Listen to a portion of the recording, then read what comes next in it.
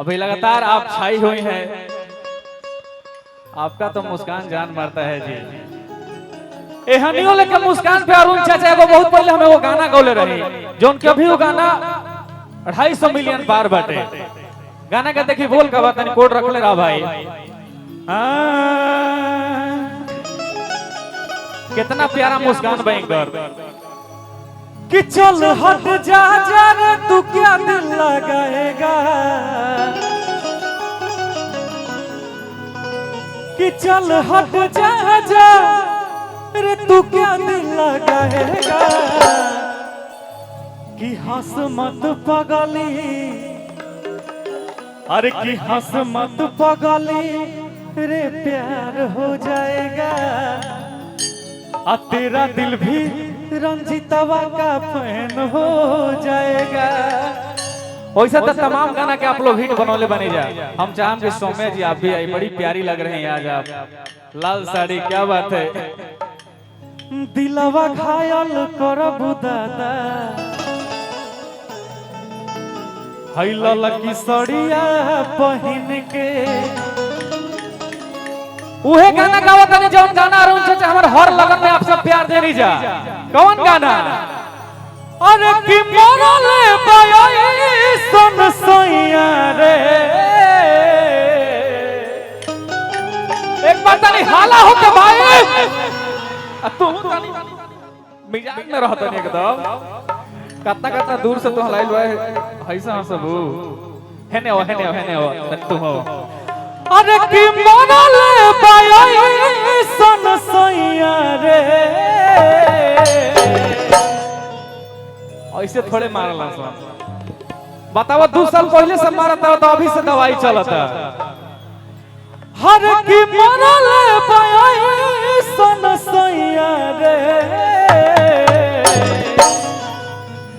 अरे की पटना से चलता दवाइया रे, कि पटना से चलता दवाइया रे। अरुण चाचा जी, अरे कि भइल करे होइया रे,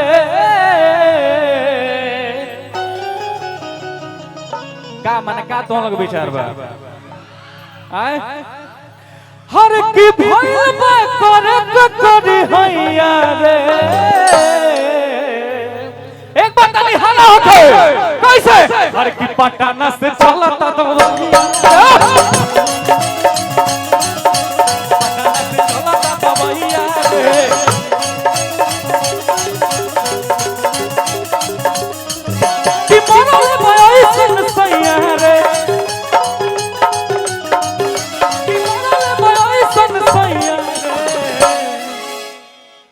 कैसे कैसे दवाई चला तारा नहीं बुझात आए, हर की मरले बाई सन सैया रे। मुकेश भैया कैसे, अरे कि हैया गिया उससे चलता तो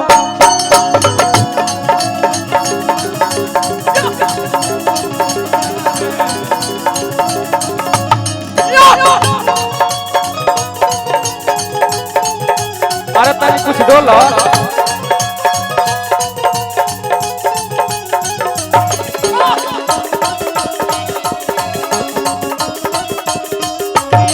के भुलाई रे गइलाना,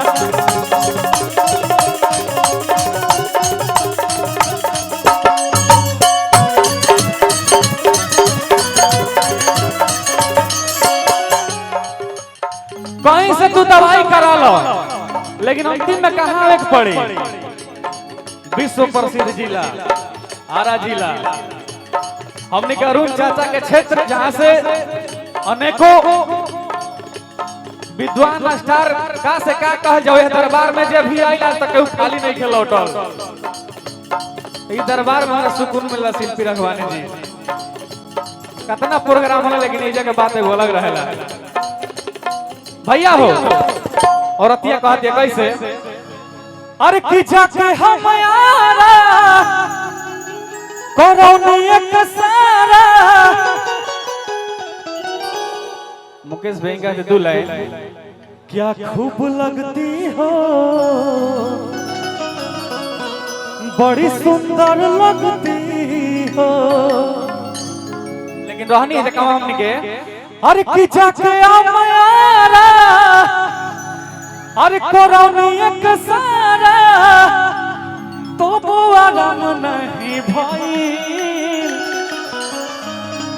कि रोज रोज सुई लगा ले से कमरिया अरे की लागत करे होई गइल।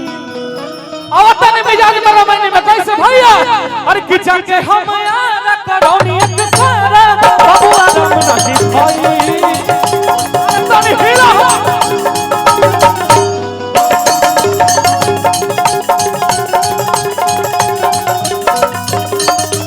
रोज रोज सुन लगा ले कमरिया सुन होई गइल।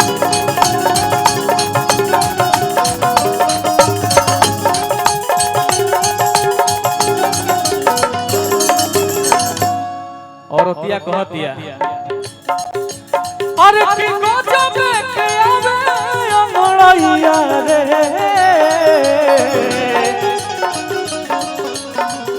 की गजब के आवे अंगड़ैया रे हर की गजब के आवे अंगड़ैया रे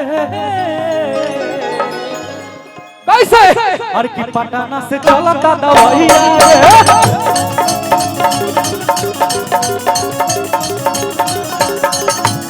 भैया हो वैसे तो आप लोग तमाम गीत देले बनी जा।